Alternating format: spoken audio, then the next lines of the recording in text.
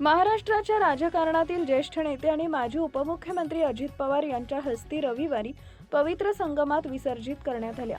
28 जानेवारी रोजी झालेल्या दुःखद विमान अपघातात त्यांच्या निधनानं देशभरात शोककळा पसरली। बारामतीपासून सुरू झालेली अंत्ययात्रा देशाच्या विविध भागातून प्रवास करत प्रयागराजला पोहोचली, जिथे त्यांच्या मुलांना आणि कुटुंबातील सदस्यांनी त्यांना अंतिम निरोप दिला। अजित पवार यांचे कुटुंब रविवारी चार्टर्ड विमानानं बारामतीहून थेट प्रयागराजला पोहोचले। विमानतळावरून बाहेर पडताना त्यांचा मुलगा जय पवार अश्रूंनी भरलेला होता आणि अनवाणी चालत वडिलांच्या अस्थी घेऊन चालत होता। विमानतळावरून संगम किनाऱ्यापर्यंत समर्थक आणि पक्ष कार्यकर्त्यांचा एक मोठा ताफा त्यांच्या सोबत होता।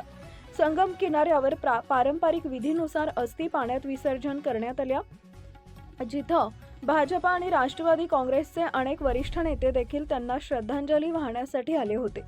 अजित पवार हे केवळ महाराष्ट्रापुरतं मर्यादित नव्हते आणि म्हणूनच राष्ट्रवादीच्या युवा शाखेनं त्यांच्यासाठी देशव्यापी अस्थी कलश यात्रा आयोजित केली।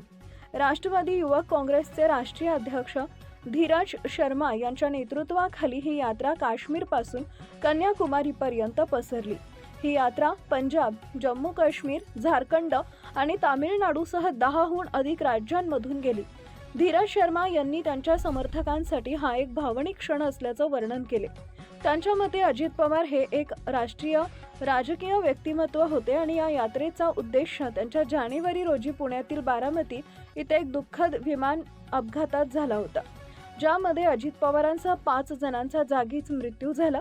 त्यांचे ज्येष्ठ पुत्र पार्थ पवार यांनी आठवण करून दिली की त्यांच्या वडिलांचं नेतृत्व, शेतकऱ्यांच्या कल्याणासाठी त्यांची काळजी आणि सामाजिक न्यायाची त्यांची दृष्टी येणाऱ्या पिढ्यांसाठी नेहमीच प्रेरणादायी राहील। त्यांच्या प्रिय नेत्यांचं स्मरण करण्यासाठी भेटीदरम्यान आयोजित शोक सभेत हजारो कामगार सहभागी झाले होते। अशाच नवनवीन बातम्या पाहण्यासाठी बारामती वार्तापत्र चॅनलला लाईक करा, शेअर करा, सबस्क्राईब करा आणि बेल आयकॉन प्रेस करा।